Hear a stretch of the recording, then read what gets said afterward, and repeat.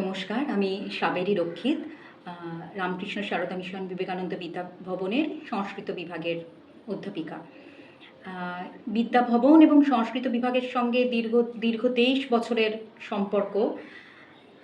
খুব প্রথম দিনের কথা মনে পড়ে, এই কলেজে যোগদান করতে এসে সংস্কৃত বিভাগে যখন যোগদান করি তখন তদানীন্তন অধ্যক্ষা মাতাজি ভাস্বর প্রাণাজি খুব স্নেহের সঙ্গে ডেকে একটা কথা বলেছিলেন যে আমাদের কলেজে না সব বিষয়েরই রেজাল্ট ভালো হয়, কিন্তু ফিলোসফি আর সংস্কৃত ডিপার্টমেন্টের একটা অন্যরকম সুনাম রয়েছে, সেটাকে কিন্তু তার ধারিকা বাহিকা হয়ে এগোতে হবে। আমি যখন জয়েন করি এই ডিপার্টমেন্টে তখন সত্যি কথা একাকুম্ভ ছিলাম, সঙ্গে আর কেউ নেই, এবং জেনেছি যে স্বনামধন্য এক একজন মাতাজি, বেদান্ত প্রাণাজি, সদাত্ম প্রাণাজি, বিজ্ঞান প্রাণাজি, সূচি প্রাণাজি, দেবেশ প্রাণাজি, এরা তাদের নির্দিষ্ট সময়ে এই বিভাগে অধ্যাপনা করে গিয়েছেন এবং তারা মানে নিজেদের কাঁধে পুরো এই বিভাগের দায়িত্ব নিয়ে সেটাকে এতখানি সফলভাবে এবং সার্থকভাবে সেই দায়িত্ব বহন করেছেন যে সেটা সত্যি কথা সেই মুহূর্তে খুব চ্যালেঞ্জিং মনে হয়েছিল যে কতটা পারবো। তো সে সময় আমাদের সোনালি ব্রহ্মচারিণী ছিল, সেই সোনালি এবং মাসখানেকের ব্যবধানে আমার একেবারেই মানে সস্ত্রী সমা সহকর্মী সংঘমিত্রা মুখার্জি, ওকে আমি পাই। তো সত্যি কথা তারপরে সেই যে আমাদের তিনজনের পথ চলা শুরু হলো, আমরা এসছে নানাবিধ প্রতিকূলতা এসেছে, কিন্তু কিভাবে যে সেগুলোকে আমরা অতিক্রম করে এসেছি সেটা সত্যি টের পাইনি। আর এটাই তো খুব স্বাভাবিক, একটা ডিপার্টমেন্ট খুব সুস্থভাবে তো চলে ওই দুটো চাকার উপর ভর করে। তো এই যদি পারস্পরিক বোঝাপড়াটা না থাকে বিভাগের সহকর্মীদের মধ্যে, তাহলে সুস্থভাবে সুন্দরভাবে বিভাগীয় কাজকর্ম করা সম্ভব হয় না।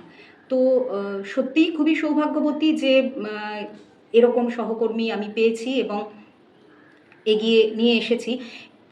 সবথেকে বড় কথা হচ্ছে বিভাগটি যাদের জন্য, আমার সেই কন্যে রত্নরা এক একজন, সেই ছাত্রীরা, ওদের জন্যই তো মানে আমরা পড়াচ্ছি, ওরা পড়ছে, ওরা শিখছে, এবং শুধু এই পঠন পাঠন নয়, ডিপার্টমেন্টের বিভিন্ন কাজে ওদের যে সক্রিয় অংশগ্রহণ, মানে এ বিষয়ে দু তিনটে কথা না বললেই নয়।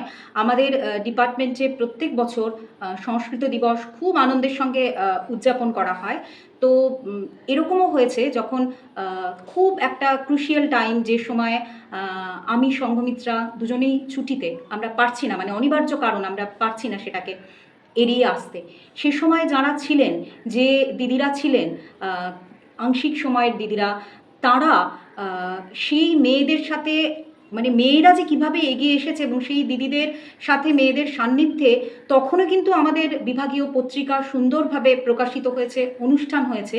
এবং কোভিডের সময় যেহেতু আমরা আমাদের এই ঐতিহ্যটাকে, এই ধারাটাকে বয়ে নিয়ে যাব, সংস্কৃত দিবস পালনের ধারাটিকে, অনলাইনে সেই মেয়েরা তাদের এক একটি তাদের প্রতিভা দেখিয়েছে, কেউ গান করেছে, কেউ নাচ করেছে, কেউ আবৃত্তি করেছে, এবং দিদিরা এই ঘরে বসেই গোটা ব্যাপারটাকে একটা সুতোয় গেঁথে সেভাবেও আমরা কিন্তু সংস্কৃত দিবস উদযাপন করেছি।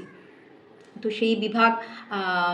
সেই বিভাগের সুবর্ণ জয়ন্তী পালনের অনুষ্ঠানের সম্পর্কে কিছু বলতে গেলে মনে হয় এটা অসম্ভব গৌরবজনক একটা জায়গা, যার সম্পর্কে আমি কিছু বলছি। আমার হয়তো 23 বছরের অভিজ্ঞতা, কিন্তু ওই বিভাগের সাম্মানিক যে শিক্ষাক্রম, তার 50তম বর্ষ এটি, এবং এই বিভাগের একজন অন্যতম অধ্যাপিকা রূপে আমি ভীষণ ঋদ্ধ।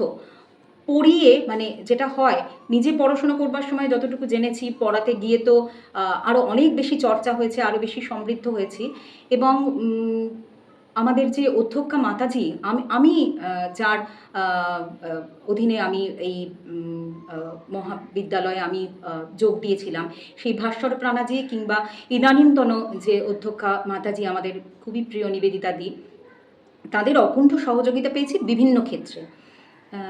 তো এই নিয়ে আমাদের একেবারে সত্যিই এক একটি মণিমুক্তর মতোই কন্যে রত্নদের নিয়ে আমরা সানন্দে এগিয়ে চলেছি এবং যেন আরও ভালোভাবে আমাদের এই অগ্রগতি হয় সেজন্য সকলের শুভেচ্ছা প্রার্থনা করছি। নমস্কার।